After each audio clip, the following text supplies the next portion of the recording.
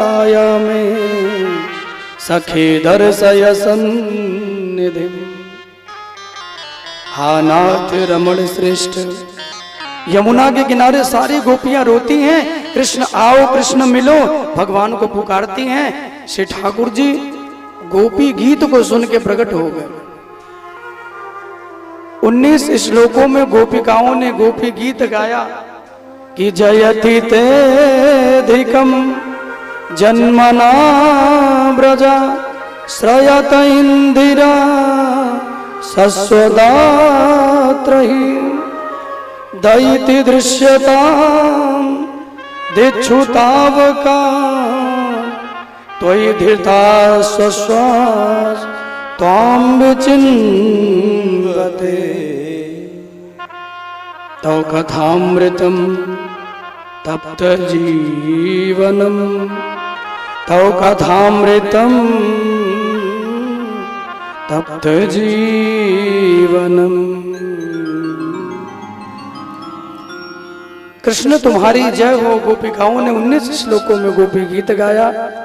तुम्हारे जन्म के कारण वैकुंठ आदि लोकों से भी ब्रज की महिमा बढ़ गई है।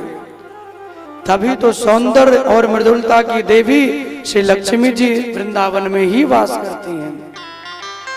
अपने निज निवास वैकुंठ को छोड़कर जो लक्ष्मी नित्य वृंदावन में घूमती हैं, ये महिमा कन्हैया आपकी ही है।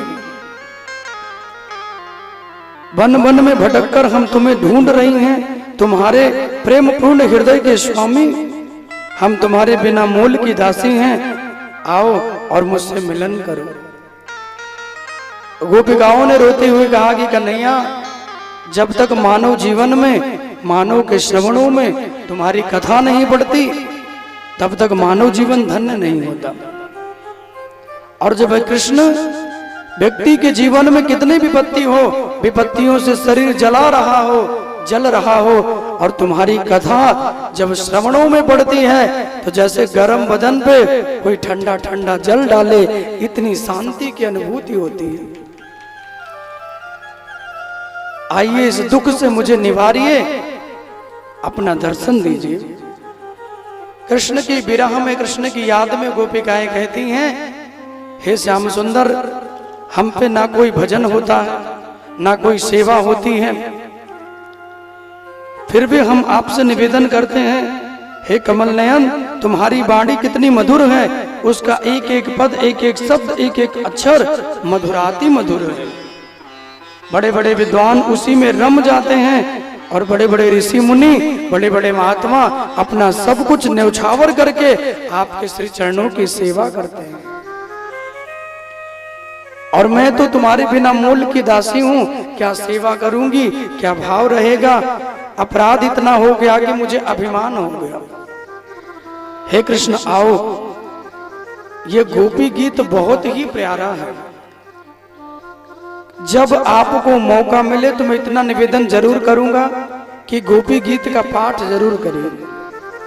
ये भजन की बुक जो आपको आरती के बाद मिलती है, इस भजन की बुक में पूरा गोपी गीत है। भागवत में ना पढ़ पाए तो भजन की बुक लेके जाइएगा, इसमें पढ़ लीजिएगा। हिंदी और संस्कृत दोनों में लिखा हुआ है। और विश्व सेवा मिशन के द्वारा ये भजन की बुक सिर्फ 10 रुपए में आपको मिलती है। जितनी लागत है उतनी में आपको दी जाती है, क्योंकि ये पैसे कमाने के लिए नहीं, ये ठाकुर जी के प्रचार के लिए। और आप ले जाएं घर तो प्रभु के भजन गाएं, आरती गाएं, गोपी गीत पढ़ें, अनेक अनेक श्लोक हैं, स्तुतियां पढ़ें। ये लेकर के आप घर अवश्य जाइए। तो इस सुंदर से पावन भजन में हमने अपनी मेहनत से बड़े सुंदर सुंदर और बड़े प्यारे प्यारे भजन लिखे हैं। और कल एक लोग कह रहे थे, महाराज जी जो गाते हैं वो किताब में क्यों नहीं है? मैंने कहा वो भी है, अब हमेशा एक ही थोड़ी गाते हैं। मैं तो हमेशा अलग गा देता हूं। तो कई सारे भजन आपको इस बुक में मिलेंगे, घर ले जाइएगा तो बुक को पढ़िएगा, ठीक है। 10 रुपया कोई बड़ा ब्याज थोड़ी है।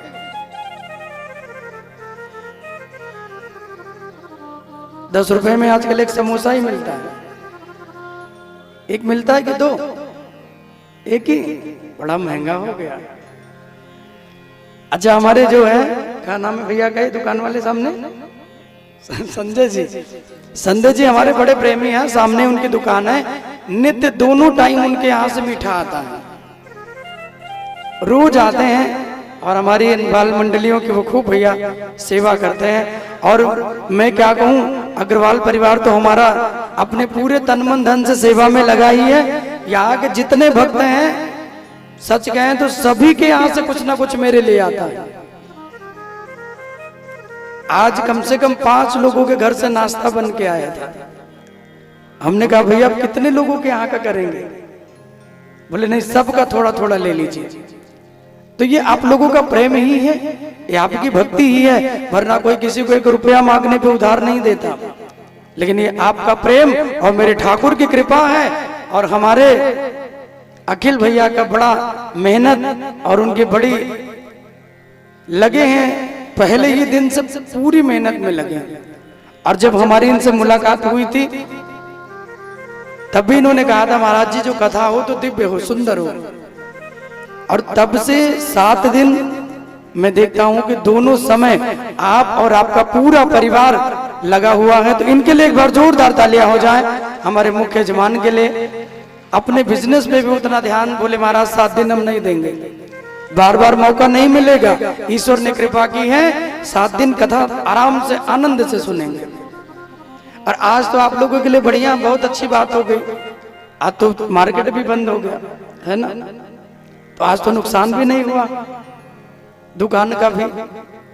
और जितने हमारे भैया के स्टाफ वाले हैं, चाहे वो बबलू जी हों, मोनू भैया हों, अब नाम तो हम सबका नहीं जानते, लेकिन सब लोग जब से हम आए हैं हमारे और हमारे पूरे टीम की सेवा में लगे हैं। तो एक बार भैया के पूरे स्टाफ के लिए जोरदार तालियां हो। मैं चाहूंगा कि जितने लोग सेवा में हमारे लगे हैं, कल उनका मंच से उनको आशीर्वाद भी मिलेगा, उनका सम्मान भी होगा। लेकिन उन कार्यकर्ताओं के लिए एक बार जोरदार तालियां बजा दें, उनके प्रोत्साहन के लिए। प्रथम दिन से ही आज 7 दिन हो गए, बड़ी मेहनत से, बड़े भाव से वो लोग लगे हैं। तो मैं चाहूंगा कि उन सब के जीवन में मेरे प्रभु की हर भक्ति बढ़ती रहे, मेरे प्रभु का आनंद उनके जीवन में बढ़ता रहे।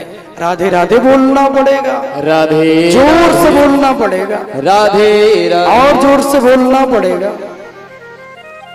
उनके जीवन में यह आनंद बढ़ता रहे, प्रभु की कृपा उनके जीवन में मिले, गोविंद अनुभूति उनके जीवन में हो। एक बार इनके लिए भी जोरदार तालियां हो। बहुत बहुत अभिवादन, बहुत बहुत साधुवाद।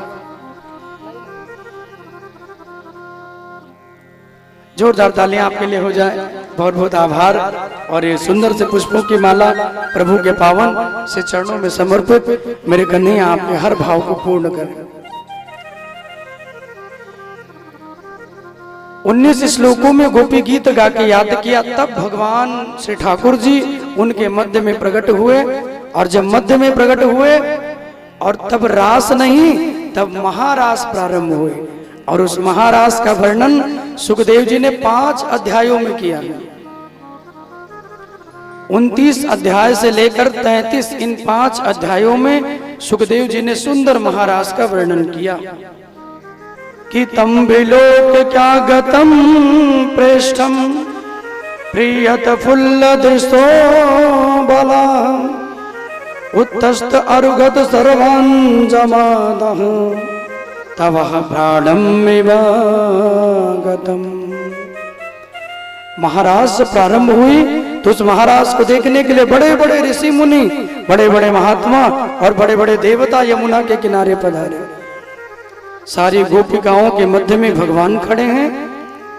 जिनके मन में जो भावना है उसी प्रकार नृत्य करते हैं। किसी को लगता है कि नाचते हैं तो श्री ठाकुर जी नाचते भी हैं। किसी को लगता है कि मेरे साथ खड़े हैं तो खड़े भी हैं।